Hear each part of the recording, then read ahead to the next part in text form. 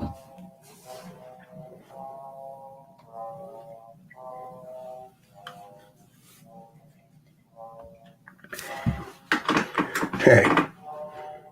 good evening, everyone. Welcome to another late night edition of Patriot Nation TV. I'm your host, Tim Davis, aka Professor X. Just one man, one opinion. And your new age patriot with a 1776 attitude. Trying to connect the dots, make some sense of it all in this bizarre world. You know? It is Tuesday, September 6th, 2022. And we are probably 11:30 Eastern Time. And so if you're new to the show, please give a thumbs up, hit like, hit subscribe, notification bell. We greatly appreciate it. And I guess tonight we're going to discuss, where I left off last night, the FBI, but I'm going to go with the CIA now. Their connection with Hollywood, movies like The Manchurian Candidate, made 2 movies, stuff like that. Maybe we'll discuss this Smith-Mundt Act, this thing right here.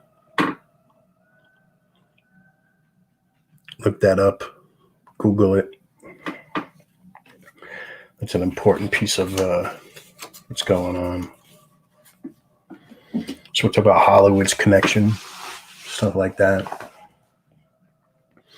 So to basically, to understand the present, what's going on today, or the future, you must know first the past. Those who don't know the past are doomed to repeat the past. Hey, it's going on smooth, operator. Glad to see you tuning in.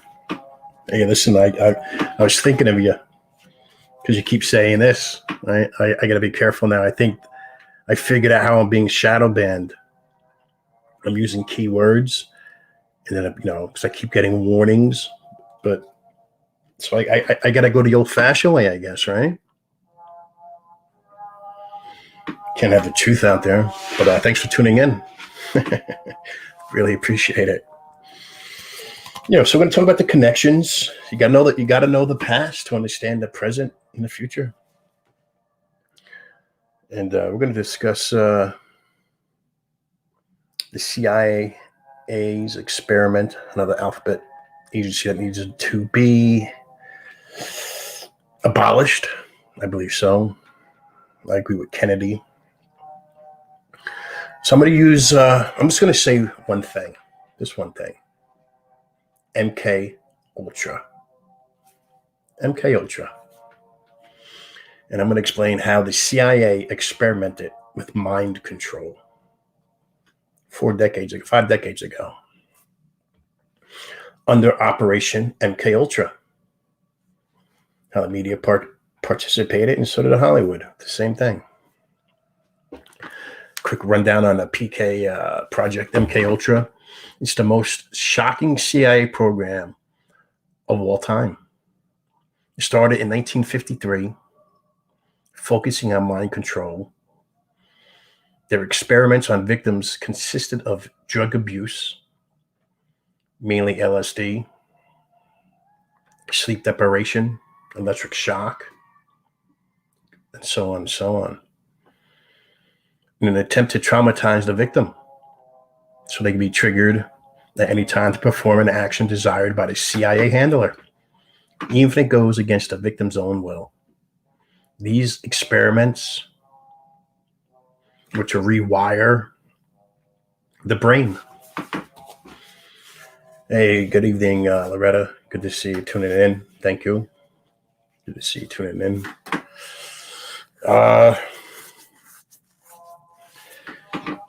It has been tested on many CIA spies in the past, present, and the future, and celebrities, turning them into brainwashed puppets.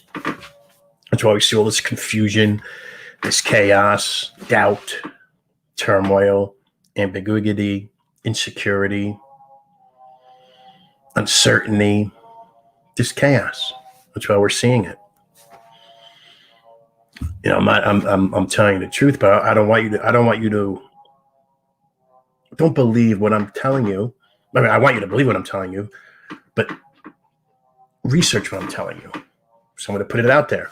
Just research it so you know I'm telling you the truth.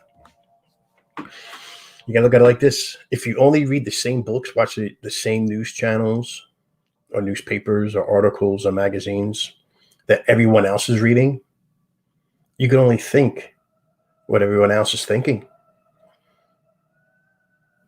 You can only think what everybody else is thinking. You can't think on your own. You don't have a mind of your own. You've been basically brainwashed. And this is how the CIA experimented with mind control under Operation MKUltra. MKUltra was the principal CIA program for developing a chemical and biological agents to be used for human behavior control in clandestine operations. Under Operation MKUltra, the program was formally approved by Director of the Central Intelligence CIA, Alan Dulles, on April 13th, 1953. After Assistant Deputy Director of Plans Richard Helms offered a proposal for the program's enactment. The program's core activities were largely the products of two men, Ira Baldwin and Sidney Gottlieb. You gotta look those guys up. These are important figures. Ira Baldwin and Sidney Gottlieb.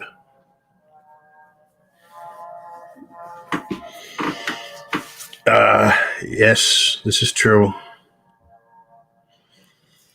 YouTube is up to its usual dirty tricks. Absolutely. 100% they are. There's no doubt about it. No doubt about it. Yeah, no doubt about it. So let's get to this about Ira Baldwin and Gottlieb. Ira Baldwin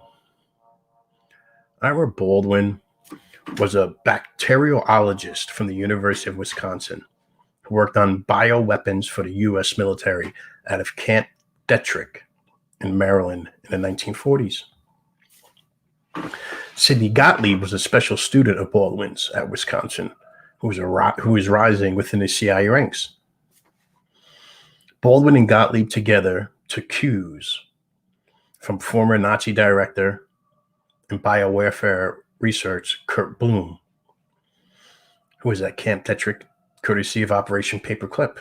I'll post that up there. I got the bullseye behind me, the dartboard bullseye, targets on my back. I'll take it. Operation Paperclip, Mockingbird, MKUltra. The operation which allowed Nazi scientists to come to America under asylum. That was Operation Paperclip. I'll post that in the back too. The cues they took on the biological warfare methods and how their research could be applied with other opportunities such as radiation, electroshock, various fields of psychology, psychiatry, sociology, anthropology, graphology, harassment substances, and paramilitary devices and materials. Let me take this question real quick. I think a lot of the stuff all ties back to when industrial complex. I have to agree with you. I do.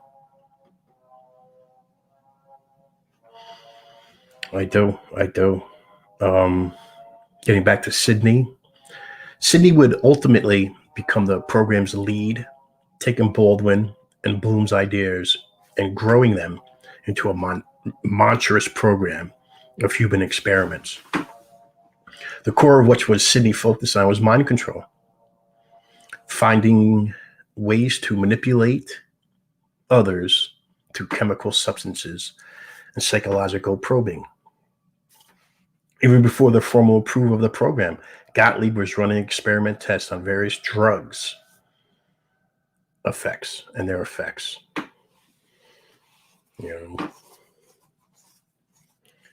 These are the vaccines people. These are all these people. Sick people. In 1951, CIA scientists under Gottlieb went to Tokyo to experiment on 4 Japanese men suspected of working for the Russian government.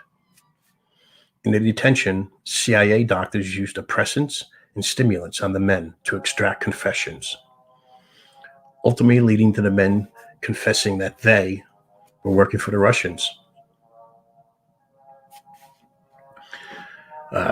These men were shot and killed with their bodies dumped in Tokyo Bay. These kinds of experiments were not limited to interrogations of foreign agents. Gottlieb had experiments conducted on a variety of contexts and locations, from tests performed on incarcerated persons in Germany and in the Philippines, to Americans sitting in a hospital or in hospitals, to unwitting persons forcibly drugged without their knowledge because they were a threat to the program, threat to society. That's what they labeled them as. One of the most notorious examples of unwitting experimentation was on Frank Olson, a United States Army biochemist and biological weapons researcher who had a moral qualms with the MKUltra program. He was what we would call whistleblower today. Olson's vocal criticism led to retaliation by Gottlieb, who conducted an experiment on him by experimenting on him with LSD without his consent. Eventually, Olson died jumping out of the 13-story window of a week later, after experiments began on him in November of 1953. The government claimed that he committed suicide. Jeffrey Epstein comes to mind, right? Everybody commits suicide.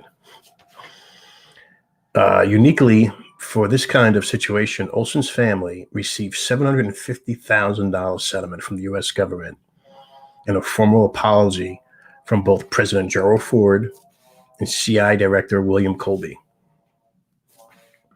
However, later autopsy and medical testimony revealed that Olson's death was more likely a product of foul play, as forensic evidence from Olson being exhumed in 1994 suggested that he had a cranial injury consistent with being first knocked unconscious, blow to the back of the head. The family tried again to sue the government in 2012, but the case was dismissed because of prior settlement of $750,000. Despite the judge acknowledging that the family's evidence was supportive of the suit's allegations, justice didn't want to have anything to do with it. How many more people suffered the same fate from MKUltra? How many of them are suffering from it today? We see with this large amount of school shootings and stuff like that, these weird behavior, BLM, ATF, Antifa, just doesn't look too promising. So moving forward, in January of 1973, MKUltra records were destroyed by the CIA Technical Service Division, the division responsible for coming up with all the tools and gadgets CIA agents used in their secret operations. And that's when they say they dismantled the whole program. But we all know government never dismantles programs completely or entirely. Dr. Gottlieb himself ordered the records destroyed, claimed that he was carrying out the verbal order of the director of plans, Richard Helms. I was taking orders. It's doing my job.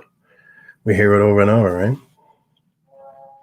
The largest public exposure of this program came about from the U.S. Senate Church Committee, just like I did the other day, last night with the FBI, with the Church Committee hearings in 1975, where Congressman Frank Church noted that MKUltra program activities were of questionable legality and were professionally unethical, not to mention unconstitutional.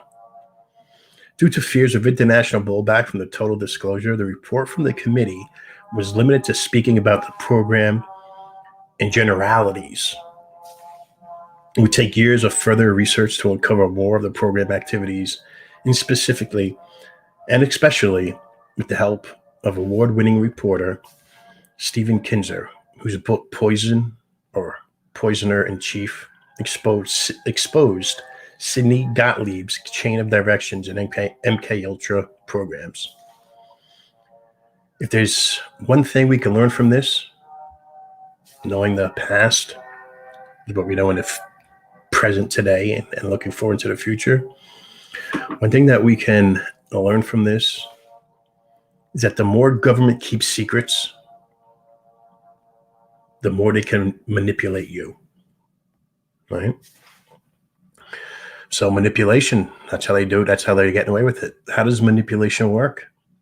It's 4 things they do. Fear is 1, flattery 2, 3, bribery, 4, violence.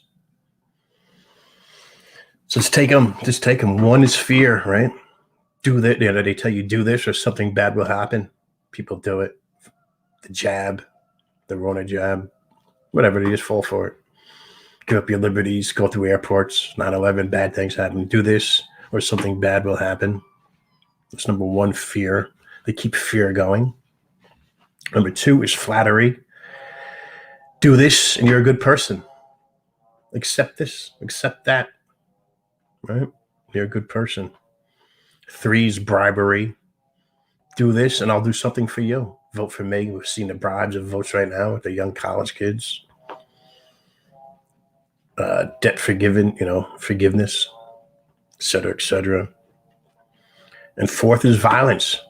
Do this or else. Summer of Love 2022 or 2020, Summer of Love, right? We've seen a little bit of the enemy out there doing what they were doing. So I'm just going to say, by the way, we're at step 3 of these 4 steps of manipulation. We're at step 3. We're at bribery. Do this and I'll do something for you. That's where we are. That's what we're seeing. It's pretty scary. But anyway, guys, like I said earlier, to understand the present and future, you must first know the past. And my question is, are we living in, first question is Operation MKUltra still being used today, 2022? One man, one opinion. I say absolutely yes. Is it in full display? Full display, working 100% accurate at going to plan? Absolutely. Are all these alphabet agencies connected somehow? Absolutely. Are they influenced by Hollywood and the media? Absolutely. And strange times are ahead of us. America, we need to fix our hearts. But anyway, I'm going to tune out. So let me end this show. Please, I got to say again, give a thumbs up, hit like, hit subscribe, notification bell, get future references, future shows if you like this one. I appreciate it. So I'm going to tune out. I'm Tim Davis, a.k.a. Professor X. Your New Age Patriot with a 1776 attitude. Just one man, one opinion. Good night. God bless. Talk to you guys soon.